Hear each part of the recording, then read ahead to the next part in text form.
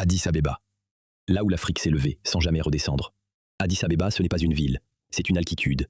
2355 mètres au-dessus du bruit, et pourtant, toute l'Afrique t'y parle en même temps. Ici, même les silences sentent l'histoire. Addis ne crie pas, elle respire, et chaque souffle te rappelle, tu es en Afrique, là où l'orgueil n'a jamais fondu à la chaleur des empires. À l'origine, Addis n'était qu'un camp perché sur les hauteurs d'Antoto. On y voyait loin, on y grelottait aussi. Et c'est une femme, Taitu Betoul, impératrice et stratège, qui dit un jour à son mari l'empereur, « Descendons, là-haut on pense trop et on gèle ». Elle choisit une plaine verte, traversée de sources chaudes, et lui donna un nom, Addis Abeba, la nouvelle fleur, la seule capitale au monde fondée par une femme, et par un frisson. Addis Abeba ne s'est jamais agenouillée. Pas un gouverneur blanc, pas une capitale imposée. Quand l'Europe découpait l'Afrique sur une table, l'Éthiopie, elle, sortait les épées. Et en 1896, à Adoua, les troupes du Négus infligent à l'Italie la plus grande gifle militaire de son aventure coloniale. Addis n'est pas née dans l'humiliation, elle est née dans la victoire, et ça reste dans les murs. Au palais impérial, l'empereur Haïlé Sélassié gardait des lions. Pas des statues, non, des vrais.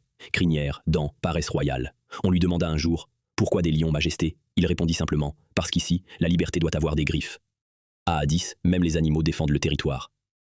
En 1963, alors que l'Afrique secoue ses chaînes, Addis devient le cœur du continent. On y fonde l'Organisation de l'Unité africaine. Kwame Nkrumah y prêche l'unité. Lumumba y plane comme un martyr. Sékou Touré y serre les poings. Et dans les couloirs, on entend « Plus jamais seul, plus jamais divisé ». C'est dans cette ville que l'Afrique a décidé de s'asseoir ensemble. Et depuis, elle essaie encore de ne pas se lever en ordre dispersé. À Addis, on ne commence jamais une négociation sans café. Pas une réunion, pas un traité. On dit même que si la guerre a été évitée un jour, c'est parce qu'on a servi un café assez corsé pour dissoudre la colère. Ici, le café, c'est plus qu'une boisson. C'est un langage, noir, chaud, patient, comme l'Éthiopie.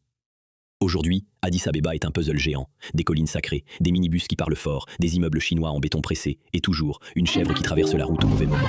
Mais le cœur bat. Dans Mercato, le plus grand marché d'Afrique, on trouve tout, sauf de la logique. Et pourtant, tout fonctionne. Addis n'a pas besoin de GPS, elle a des souvenirs. À Addis, on jeûne souvent, on prie longtemps, et on danse quand même. Les chants orthodoxes résonnent le matin, les tambours vibrent le soir, et les rastas du monde entier y voient une terre promise. Bob Marley, avant sa mort, a voulu être enterré ici. Il disait, c'est là que l'Afrique est encore debout.